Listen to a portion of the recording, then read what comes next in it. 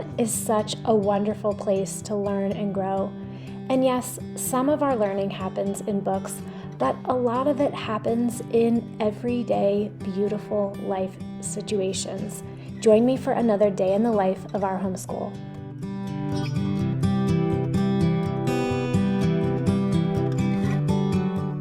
As homeschool moms, we really are so blessed to be home with our children, to be able to raise them in an environment that's healthy, that's safe, that's just brimming with life and creativity. And I am just so thankful for this lifestyle that we've been able to have with our kids around us, growing and learning together just little bit by little bit every day. It's not easy to homeschool. It definitely is a lot more of a time requirement for the mom.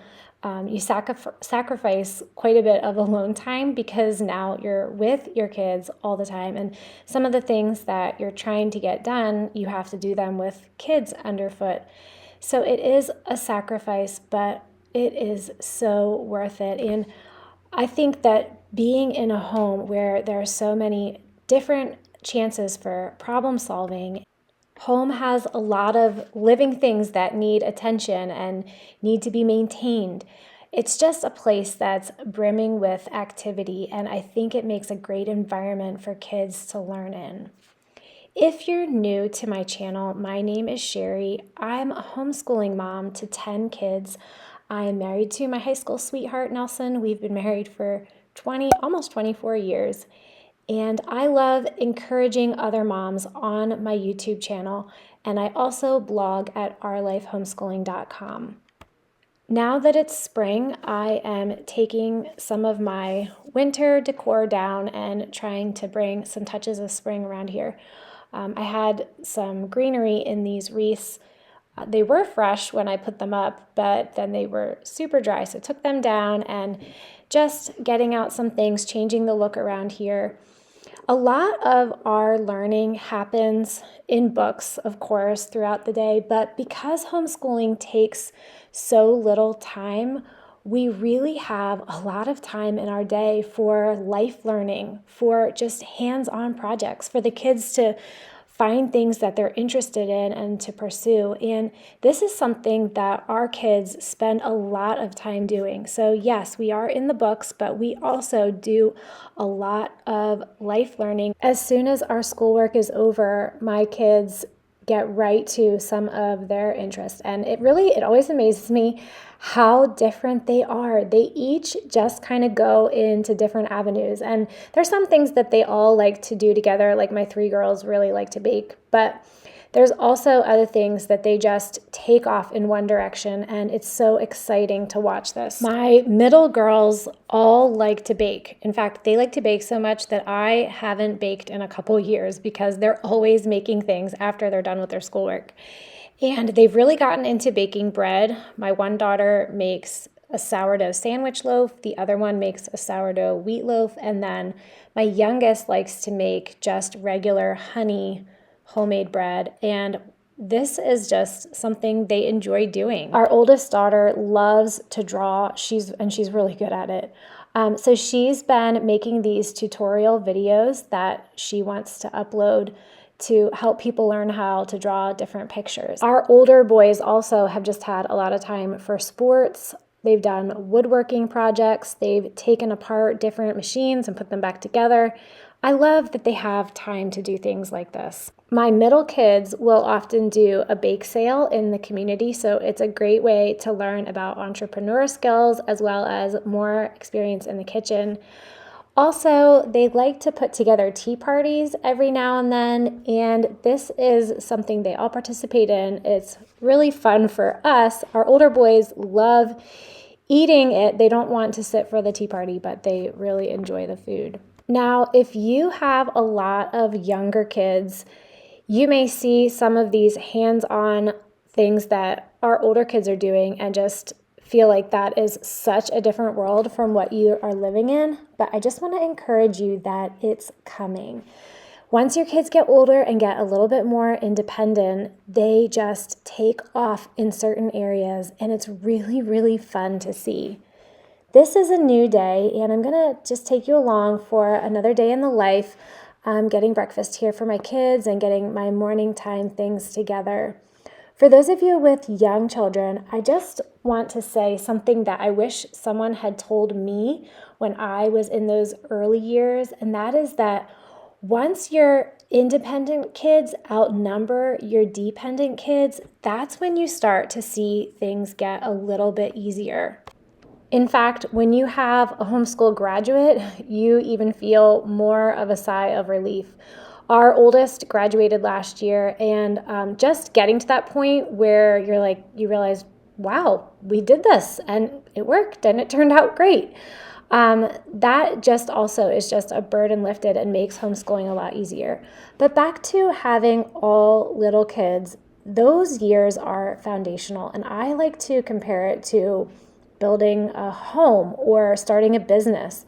The first several years are just foundational. You're learning about yourself, you're learning about your kids. For most of us, we're learning about homeschooling for the very first time. It's totally different than what we grew up with in traditional school. So there's so much foundational change that's happening in your homeschool those first couple years. And then when you have little ones that constantly need you, they can't do anything on their own. You're just teaching them all the basics, how to read, how to write, everything. It just is a lot, and you're putting in so much work in those early years. It's exhausting, but as your kids, your oldest one starts to get a little bit older and they start doing a lot on their own, pursuing their own interests, this really starts to change, and it's exciting to see. As you can see, we're doing morning time right now. My 2-year-old, Holland, it was so adorable. She was playing with my hair during morning time, and she's just such a sweetheart. And she and Ben were pretty good this morning. I was able to get some work done with the other kids. If you're new here, our routine is very simple. We have morning time, then we break for chores. Thirdly, the kids do independent work. And then last, I read to the kids at the end of the day. So after our morning time, here we are watching World Watch. After this, we all get started on our chores.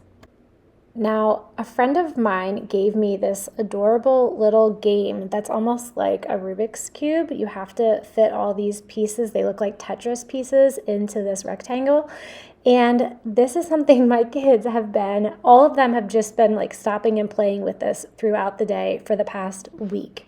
It has been so fun, and it's been surprising because some kids that are younger have been able to figure it out before some of the older ones.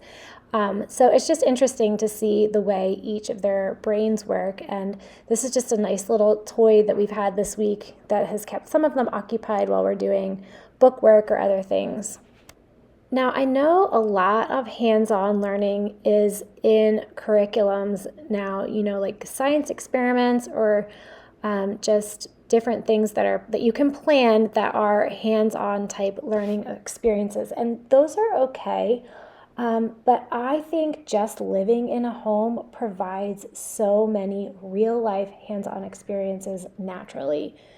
When you have your kids do chores, we have just a ton of living things around our house, whether they're pets, we have outdoor farm animals. Our daughter Afton is into plants like crazy. She has them all over her room, lining her windowsills, and she's just our nature lover. And when you have living things like this in your home, it gives the kids so many chances to observe things. Living things need care and upkeep, and you have to watch them and see when when the plants are getting dry or if something's wrong with one of your animals.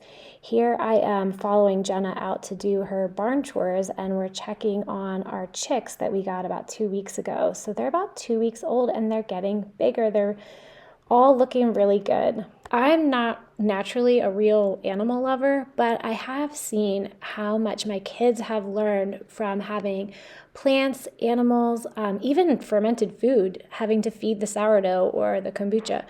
all these living things, it's so much for them to learn about. And even just having a fish, you have to change the water and you have to remember when to feed them and not to overfeed them. There's so many opportunities for them to learn some things about life. Getting into a routine of doing chores was not easy in the beginning. When our kids were little, it's just hard to establish those things. I think when you get started, that's the hardest part. Nobody wants to do it. They don't know how to do it, what's expected. And even when you kind of show them what's expected and get into a routine, it just takes time. I think it even takes years sometimes of just making your routine work for them to learn what's expected and to just be able to do it. You can see here, William is putting these mugs in and making such a mess. So you have to check it. And sometimes the job they do isn't good. It's just something that takes repeated practice for them to get better at. But it's teaching them responsibility. It's teaching them character, good work ethic. And that's why I think it's so important. And these are things that you can do a lot of, or you do often in a home.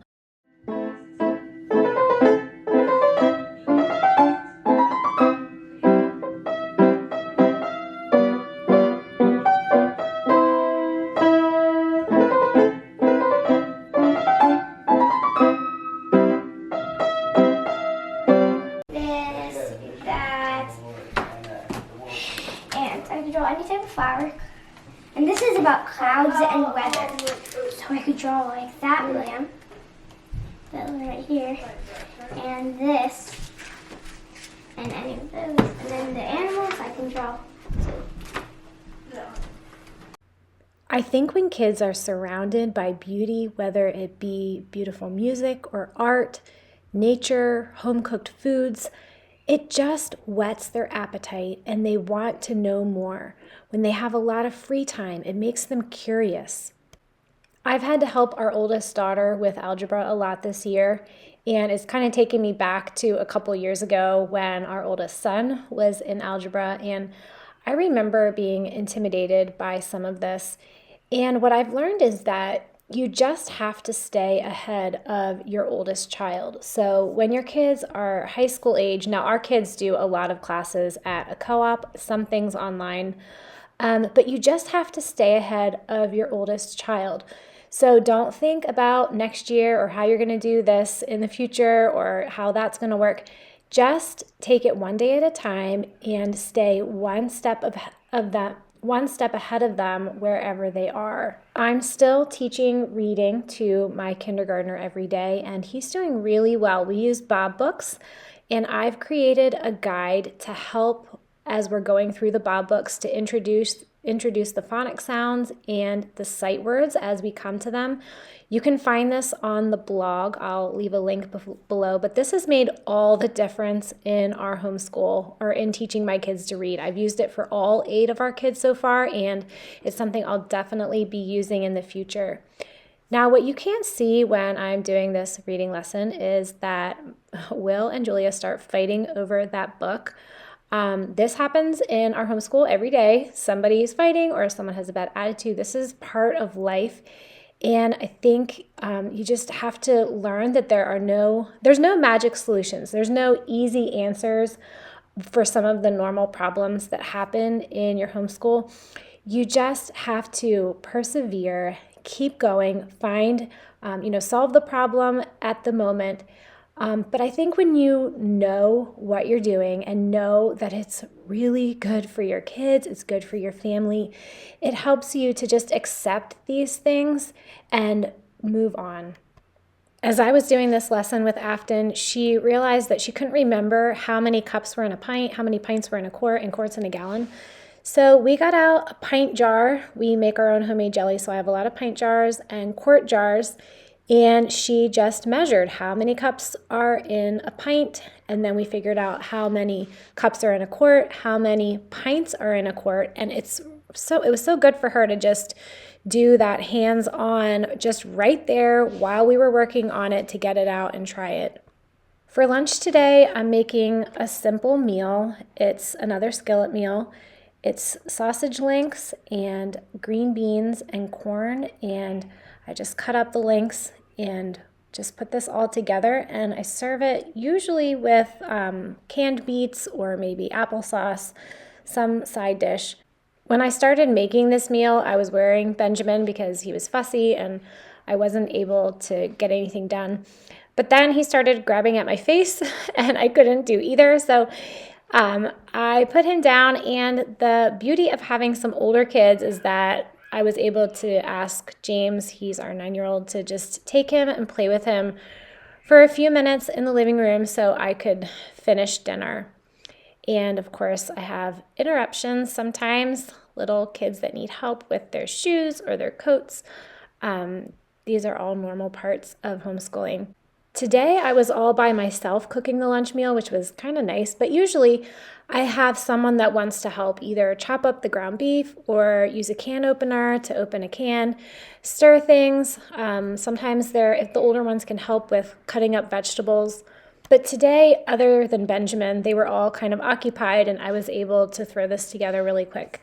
This is a really easy meal. I don't have it all that often, but today I just needed to pull something out. I am so bad about getting meat out ahead of time and having it thawed, and these sausage links just thaw really quickly. After lunch today, we did a nature study on daffodils, and if you were around for last week's video, I told you that I wanted to do something different for science, and so the kids asked to do nature study. My daughter asked to do anatomy with Apologia, but she's going to go ahead and just do that on her own. And the rest of us are doing this study. And this was really fun. I got out The Diary of an Edwardian Lady. That's one of my favorite books. And the kids just copied the diagrams. We took a daffodil and dissected it, cut it in half, and we found just the pistil, the stamen, the ovaries, and the kids labeled it. They really love doing this. Then they wrote in their nature journals. They found some poems on daffodils that they added to this. I love doing this with them. As we were doing this, I noticed later that my kids spelled some words incorrectly when they were copying this diagram. And so I just had to remind them that when they're copying, to really just notice and be observant about how things are spelled and make sure they're copying correctly. And I think this is one of the best ways to learn about spelling, is to learn it in context. It's great for them to learn the patterns and some of the rules, but just to learn it in the context of real life, of real writing assignments, I like just learning that way. We're still reading The Wild Robot, and the more I get into it, the more I just love it. It's really adorable. Someone commented that the movie's coming out, so I know that's going to be something I'll definitely want to take the kids to see. That's one thing that I think is great as a homeschool mom, is that you know what they're studying now, you know what you were learning last year and the year before that. You've kind of been with them all along the way, as opposed to a teacher that's just having them for 1 year at a time. And so you can make extensions to your learning that fit what you've been learning. So these are the seeds we're going to be planting this year. We've got some peppers, some sweet peppers, Mom. Tomatoes. Mom, I didn't tell you. We like to do beefsteak tomatoes because they're really big. William, here's your carrots. He wants to do carrots. And cucumbers. Here's some more carrots. Those are from last year. Peppers, cucumbers, and we're going to try some cherry tomatoes. These are just the seeds we'll be planting right now. We'll be doing more in the spring. Yeah, Mom, they're actually... So one final project that we worked on this week is planting our seeds. We do a lot of gardening. We start our tomatoes, our cucumbers, peppers, sometimes I'll do basil inside, and we plant them from seed. The kids help me with this. It's really great for them to get the process started by planting the seeds, but then just to slowly be involved in watering it every day, watching it. We can see the first sprouts come up. That's really an exciting day. Our kids even learn the differences, like they know this is a cucumber seed. That other one they can recognize as a tomato seed. When you're around plants a lot and you do this year after year, you just start learning a lot of different distinctives about them. Julia, you don't want too much. You're doing I am not doing it. How many can you That's fit? perfectly fine. Okay, don't wait. Okay. Are you going to be able to fit 3? Oh.